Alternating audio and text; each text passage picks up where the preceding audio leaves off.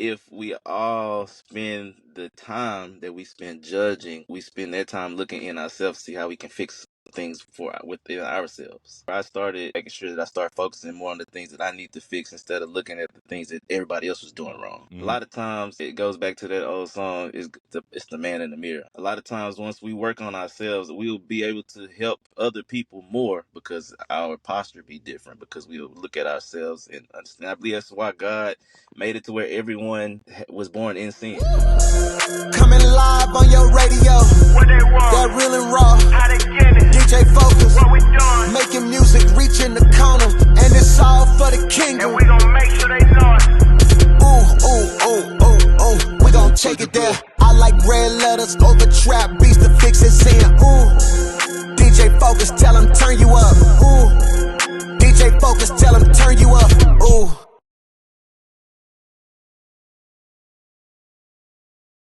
Welcome back. DJ Focus, Dice Gamble. You tap back into the Fixx, your number one source for faith-infused hip-hop, R&B, and poetry. You already know the vibes. Time for our spiritual detox. And yeah, we talk about these couples that be doing powerful things. And listen, I came across this couple I was sleeping on. I'm gonna be honest with y'all. Now I'm excited because I pray they got a new single out, but I pray it's more music to come out of it. And they're both in their own right. They do so much. And listen, I'm excited to have a great conversation with the one and only Perishia and Peigh Jones. What's going on, y'all? Hey. We're doing good. How y'all doing? We good, man. I appreciate y'all coming on. Again, y'all do a lot. I listen, I did my homework on y'all. I got a lot of questions, so I'm gonna get to it. I'm gonna start with you first, Peigh. Come on and share a little bit of your faith journey, man, and how kind of God shaped who you are as with everything you do, production, producer, you play all these instruments, like you do a lot. So just talk about that, your faith journey and how that shaped who you are. Oh man, I was born into a family of musicians. My grandfather, he was a quartet singer. So I went to church all the time. They gave me Thursday off. That's the only day that we had off. Went to church every night, and my great uncle was a phenomenal guitarist, and I sat and just basically watched and modeled myself after him. He was also a pastor. So every year we would get together at Vacation Bible School and me and my friends, we start writing songs and just putting music to it. And that's kind of the beginning of where this kind of started. Before I get to your wife, let me ask you a follow up. When did you know you had God for real? So I get it because I grew up in church too as well, and we all go through the motions. But when was that whoa God moment for you when you knew you had your own relationship, not granddaddy, not mama, daddy, your relationship? Man, for me, it was 2006. I had a head-on collision, and I walked away from it, and no scratches, and my truck was totaled. And my perspective on things definitely changed then. It became more personal. Wow. Thanks for sharing that. Come on, Perishia, share your faith journey. Share a little bit of your testimony and how you came to develop a real relationship with God. So I'm a PK, and not just a PK. I'm a pastor's kid. So you already know I was there breakfast, lunch, dinner. And I had to figure out he had gotten one church and he didn't have anyone to sing, anyone to play any instrument. So I had to learn. So I learned how to play drums and I learned how to sing. Now my brother could sing really well and my other brother could play keyboard, but I couldn't do either at all. Like at all. And I just had to learn. Literally, just to help my dad out. And that's how that came about. And then when I realized that I had Jesus for real, I was in college my sophomore year, and I dealt with depression and anxiety really bad. And from that point, I had it for 7 years straight. And literally, I got to know God for real in that moment, in those years. I really got to know him for real. I wasn't just doing it because I had to do it or because my dad needed a singer.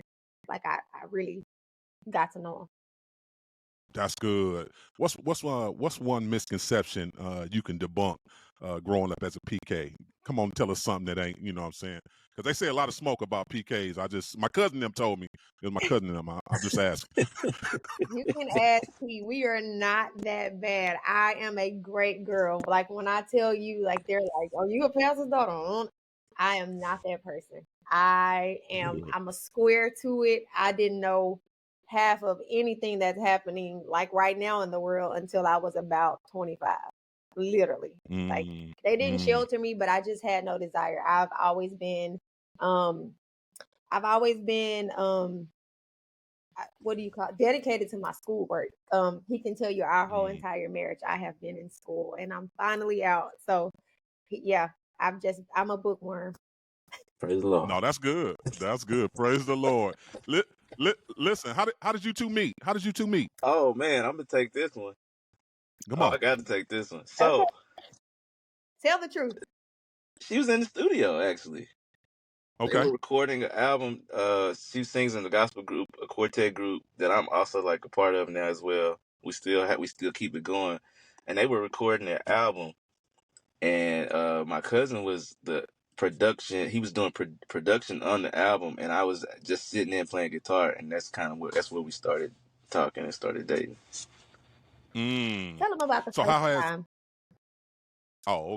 you leaving something out, P? I guess you leaving something out. What happened? You chased her a little bit. It's all right. Come Here on, we talk go. about Here it. we go. A little bit, a little bit.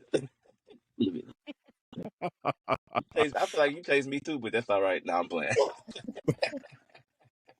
How has that shaped you guys? So, like, just being able to work with each other, are there challenges when you guys are in the studio together and y'all looking to create by you guys both being so creative minds? Talk about that a little bit. Because we need to bless the marriages. We need to show the marriages that y'all can really work together if you want to, or maybe not, huh? I don't know. So the only challenge for me is when he is my vocal producer. Because he's like, that ain't it. Do it again. That ain't it. Do it again. Do it like this. And I'm like, I'm doing it like that. He's saying it's not coming out like that. So I get mad. But other than that, it's actually I love that we're able to not just connect intimately, but we can connect musically, spiritually. Like I love that we can do Bible studies together and pray together before we do it. Like we connect on a totally different level. So there for me there aren't really challenges for me as far as working together. I would say for me early on, I would say like the first couple of years, like let's say 2 years in of our marriage, because we now been married 6 years. So I would say the first 2 years of our marriage, it was very difficult for me to be husband and vocal engineer, producer, because I can honestly say that I would sometimes leave certain things out because I didn't know how she would receive them. You know, we were dating, but us being married, that's a whole new thing. And I was kind of just I don't know, being protective with certain things that I would say. As to now, we know each other a little bit better. Uh, so it's a thing where we could talk to each other, and we know that it's not coming off as like, "Hey, I'm tearing you down." I'm actually just trying to build you up and make sure that we put out the best thing. So why were you reserved though? Because I feel like if you in a relationship, like the communication that's the Right. first thing. Let's be very clear. So like, why would you be reserved in that area? Did you feel like she wouldn't receive it? So I can say this, and this is from me. I can just speaking from my point of view. Uh, I feel like that first couple of years of marriage is just you want it to be so perfect. Mm.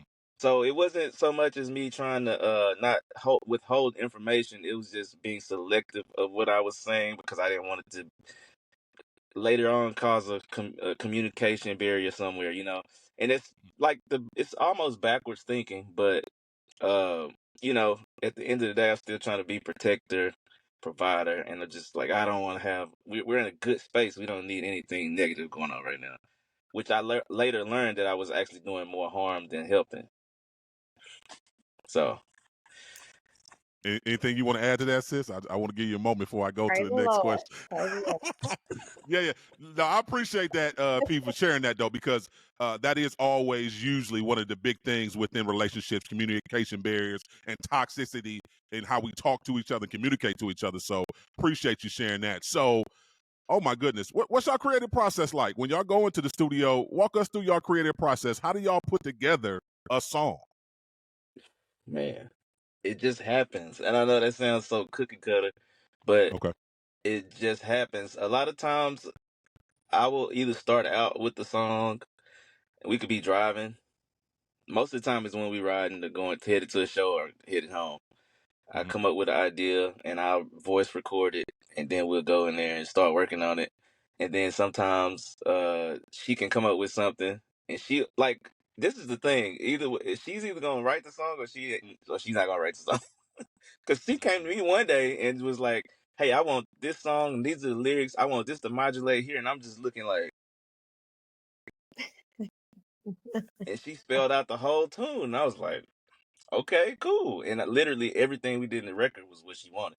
So it's just like we just kind of rely on each other for certain parts of the song. And if I'm struggling somewhere, I'll ask her. If she's struggling somewhere, she'll ask me, and we just try to collab. And we always make sure that we take care of the paperwork, even though we are married. Mm-hmm. I think that's very important. We Oh always yeah. Yeah, we always do that just to make sure everybody's taken care of as an individual as well. Listen, maybe you can share a little bit to this, sis, because I think a lot of people skip the business aspect of it. Make sure splits is right and everything that goes into that. Just talk a little bit more about that. The importance of, even if you're independent, take care of the business. It's on you, babe. Now this on the paperwork always goes through you. So I'm a paperwork man. I'm signing. Oh, you the paperwork man. I'm a Okay. paperwork man. Okay. Yeah. Okay. So she don't have to worry about that. She know you got that taken care of. Yeah, I'm a stickler. I started an insurance business back in 2009, so I've been a business owner all of my adulthood, and I'm very stickler for to have paperwork tight, airtight, make sure everybody's taken care of. Before the record comes out, everybody's in the know. I spend more time on that than I do mixing and mastering. That's it's more important to me because I want to make sure that nobody's being left out. So, Peigh, I got to talk to you first, man. Before we talk about this single you got out. Listen, you was part of history, and I ain't gonna hold you. Scarface, one of the coldest MCs to ever do it. Yeah. Let's be very clear. Anybody who know me, yeah, I didn't change my life a little bit, but I still got some face, some UGK, and some 8 ball, and MJG in my spirit. So y'all pray for me. I'm gonna tell y'all pray for me because yeah, every now and then you might pull up on the side of me like, is he playing? Yes, I am, and it's it's all the way up. But come on, you got a chance to be a part of history, getting a chance to go on the tiny desk with Face, playing the guitar. Walk us through when you got that call and what was that like? Man, it was so crazy. I'm glad I'm able to share this because man, me as an artist, I always say this: Scarface literally saved my career. He gave me an opportunity from day one when I met him, and this is the thing: I wasn't even playing guitar when I met him, and I was actually unaware of who he was fully. And I was just having a conversation with him. I was texting my wife. I was like, "Hey, do you know this guy named Brad?" And Brad she's like, Johnson. Yeah, no one knows him as Brad Johnson. That's funny. "Yeah." I was like, "You know Brad Jordan. Forgive me, Brad Yeah. Jordan. And she's like, "Scarface?" And we were having a conversation, and he told me right then, the first time we met, he said, man, I really like you, man. You're gonna go on tour with me." And I said, "Wow, okay, cool." And we exchanged numbers and stayed in touch. And to get that call from him to do a tour with him, and then go to Tiny Desk and travel the world with him, it's just amazing. That's good, man. It's amazing. Thanks for sharing that. And for y'all that don't know, he is a believer too as well. I've had several opportunities to hear what he does behind the scenes. So shouts out to Pace for doing what you do. So come on, how did this track "We Need God" come together? Let's talk about it. Walk us through the inspiration behind it. Come on, sis. Come on, speak up. Is this all you? Is this all your lyrics? No, I'm gonna be honest. So, like we said before, I sing with another group, quartet group. So Okay. it's like old school, down home gospel. And I'm like, hey y'all, we need a crossover song. And they're like, oh no, we want Fixx Jesus. We want that. So I'm like, all right, cool. Y'all don't want my song. So I was like, hey, I got a song. I don't know how we gonna get it, but I need the med, just like he told you, I need the medley like this. And he's like, all right. So he come back and he's like, I got something. And he's like, we need. So I'm like, Yeah. all right.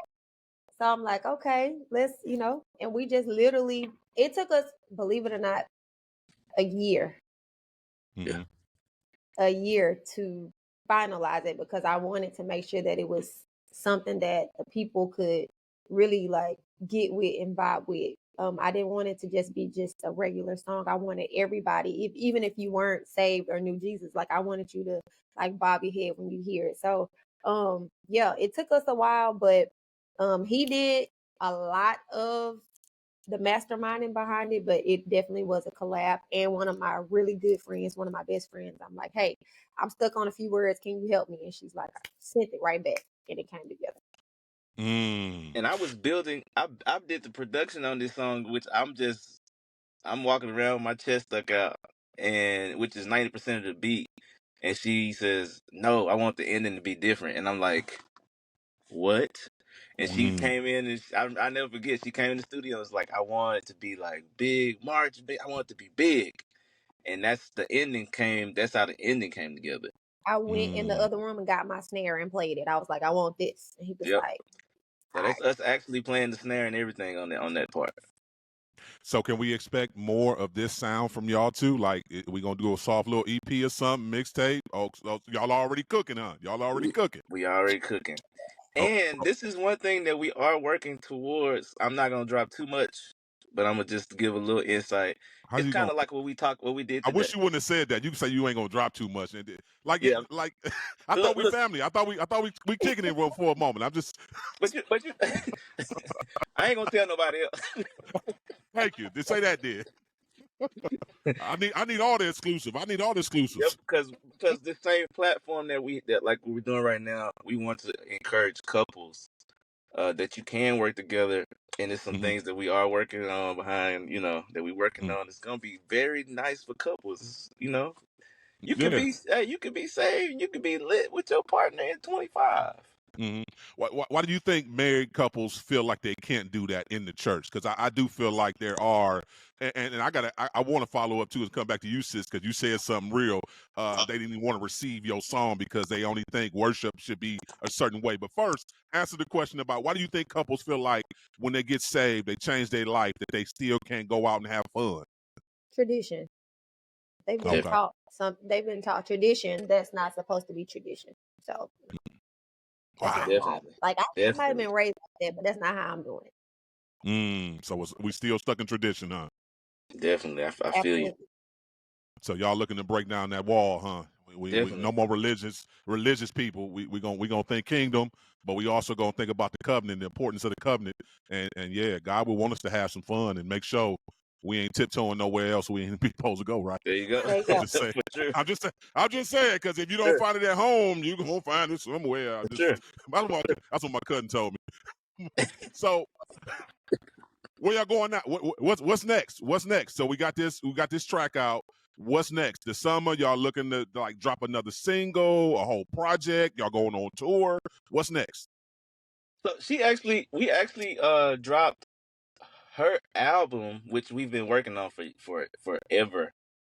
We dropped it on her birthday, which is December 5th, and Okay. Oh, uh, and it is doing amazing. There is a song on there that I have to just say. I know I have to say this that our son is on. He's 4.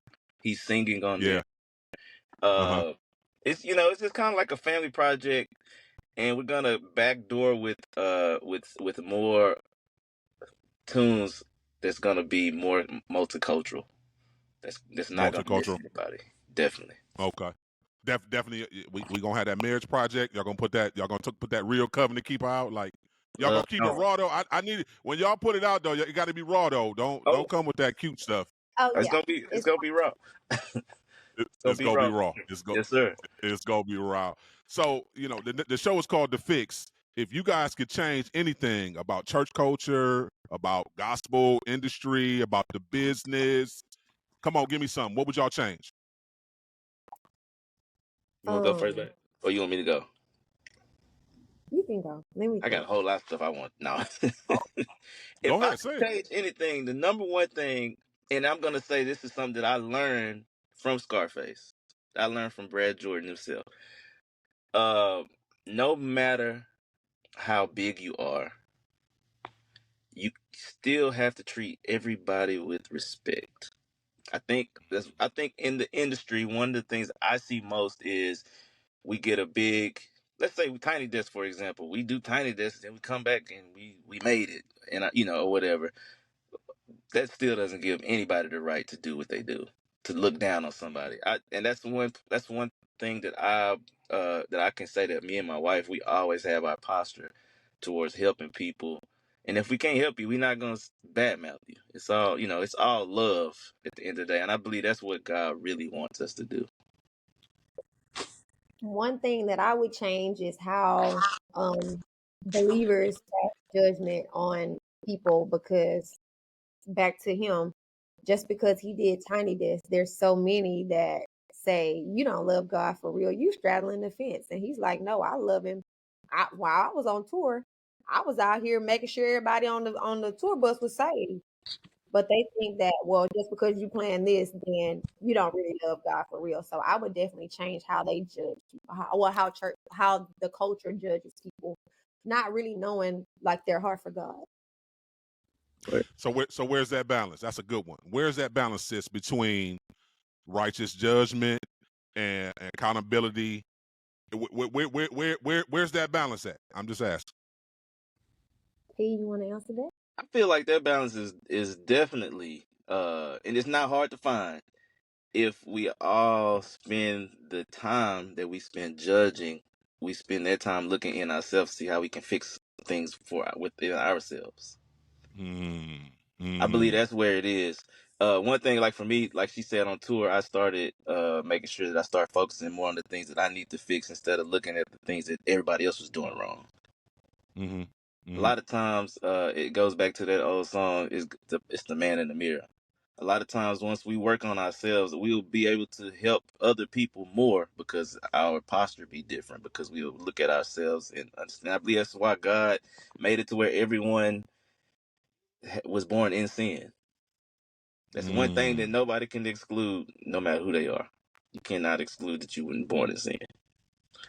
That's So, good. And That's as good. far as balance, I would Mm-hmm. say, he knows, like, hey, I was asked to do this. I listened to it. I looked it up. This is too far for me. Mm. So Know your boundaries. he knows like, oh yeah, like I know that this is not something that I'm willing or I'm able to do. So That's good. yeah. How did you handle that criticism though when they came back to you? Did you treat them in love, or did you tell them how you really feel? I just want to know, because I'm God working with me in that area too as well. Sometimes man, man, we struggle in this. At least I'm gonna get free. Sometimes I struggle. If you come to me too sideways, pray for me. I don't know what you expected to get back. You give it to me, I'm gonna have to give it back to you. So how did you deal with that criticism? I did a whole lot of barking around the house. And when I responded, I did respond with love. Okay. And I I try to handle those things behind closed doors, and I try to sit down and think with a clear head Okay. before I make a decision, or if I'm gonna respond at all. Sometimes I don't even respond. Mm, Some things not even worth the response. But just taking my time and just knowing when to speak and knowing when to be quiet.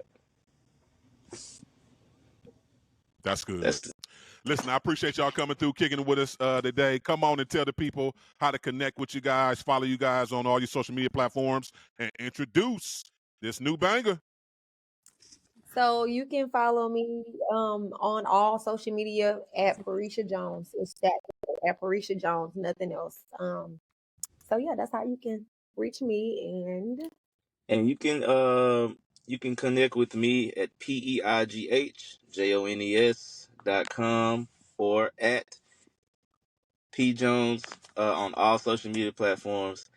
And right now we about to announce the banger. Hey, it's gonna be the banger for the rest of the year. So y'all might as well get ready, because everybody need God. You need him, we need him. Hey, let's go. We Need God, Perishia Jones featuring P. Jones. We need God. Keep it locked. You tuned into the Fixx. You know the Fixx is in.